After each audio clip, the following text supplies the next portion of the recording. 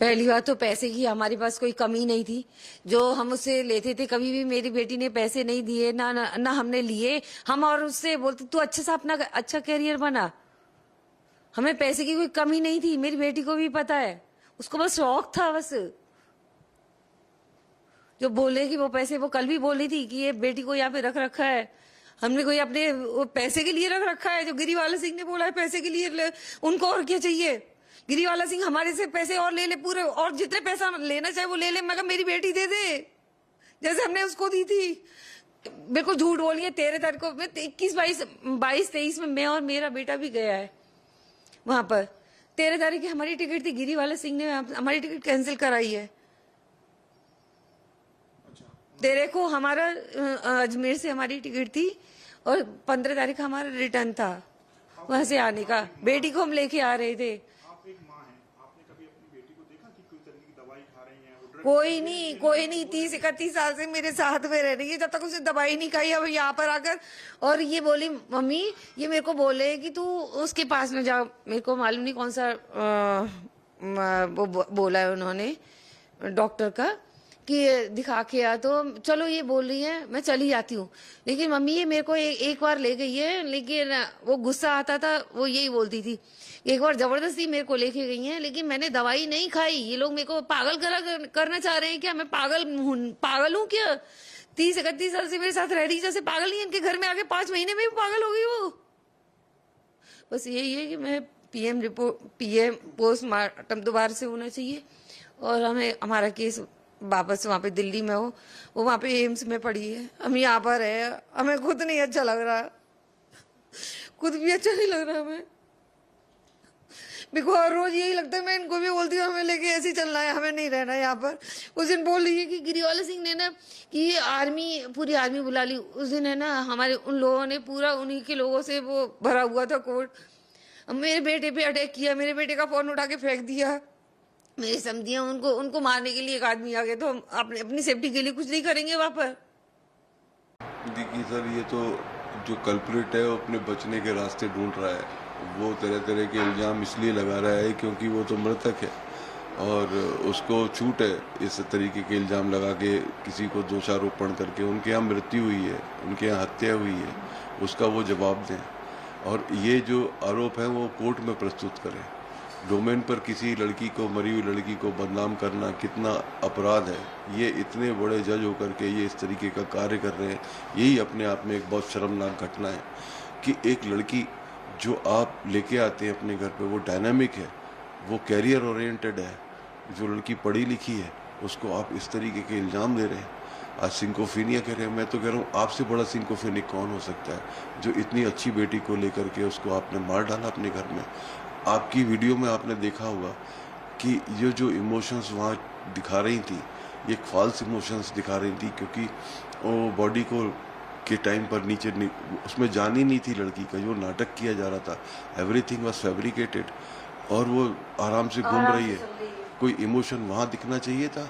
जो टीवी पर आकर के दिखाया गया इमोशंस, वो तो बहुत ही हास्यास्पद लग रहा है कि कितना जो है ये लोग कितने गंदे हो सकते हैं।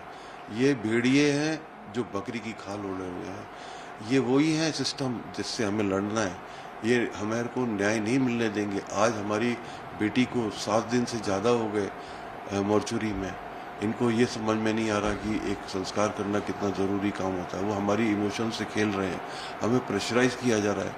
पहले कमिश्नर साहब ने इसको ओके कर दिया था PM2 को, और को भेजो तुरंत, इसको डिले नहीं करना चाहिए।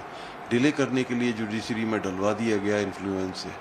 ये क्या, कहाँ से न्याय है? मेरा PM2 मेरा पर्सनल राइट है, किसी का भी राइट है। पर PM2 एक अगर रिपोर्ट से अगर सेटिस्फेक्शन नहीं है, नहीं दिख रहा है, उसमें सच आ नहीं रहा है, तो दूसरे का लिए राइट बनता है।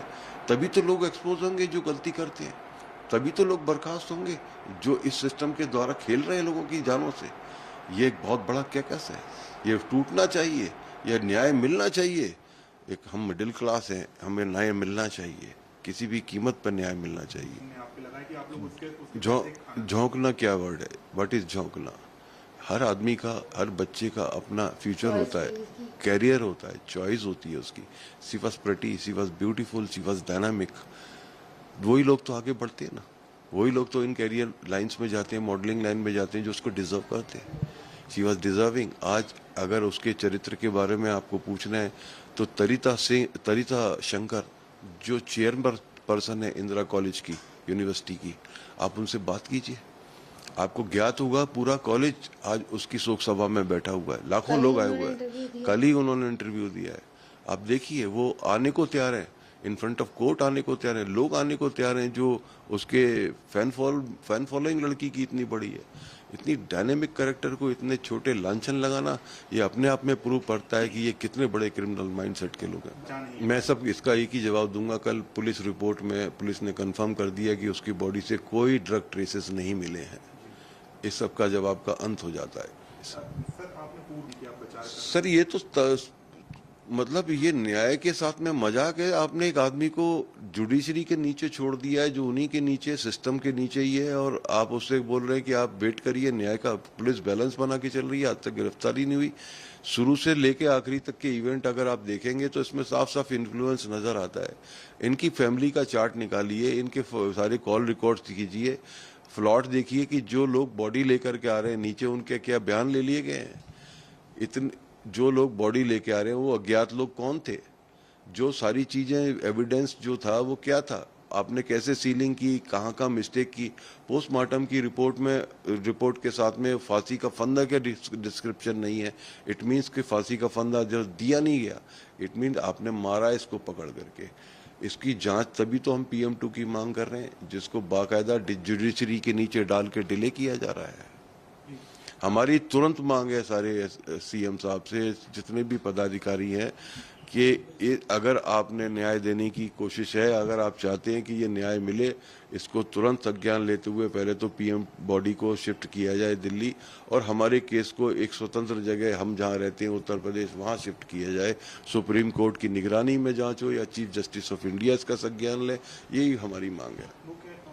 कोई इलाज नहीं, 30 तारीख कोई इलाज नहीं चल रहा था, आज तक उसका कोई इलाज नहीं हुआ। आपको भी एंग्जाइटी हो सकती है, कोई डिलीवरी होती है किसी की, कभी भी कोई एंग्जाइटी हो सकती है। एंग्जाइटी होना इलाज चलना नहीं है। वो एक ही दिन अपीयर हुई, उसने जो है उसने सोचा इतनी बच्चे को गिराने के बाद में एंग्जाइटी हो ही जाती है, पेन होता ही है। तो इन लोगों ने सजेस्ट किया, वो चली गई वहां पर। उसका मतलब नहीं है कि वो एंग्जाइटी, एक ही बार गई है। उसी दिन वो उनके घर के जो बंसल क्लिनिक है, उन्हीं के घर के डॉक्टर्स हैं भैया। ये हमारा काम नहीं है। ये वो कोई एंग्जाइटी नहीं थी उसको, ऐसे प्रॉपर कोई एंग्जाइटी की पेशेंट नहीं थी वो, ना वो सिंकोफीनिया की पेशेंट थी। वो तो परफॉर्मिंग आर्टिस्ट थी, बहुत जबरदस्त उसने काम किए। डायनामिक लेडी, वो कम्युनिकेशन मैनेजर थी एक जर्मन कंपनी के अंदर, और दोबारा भी मई में उसको रीअपॉइंट कर लिया था।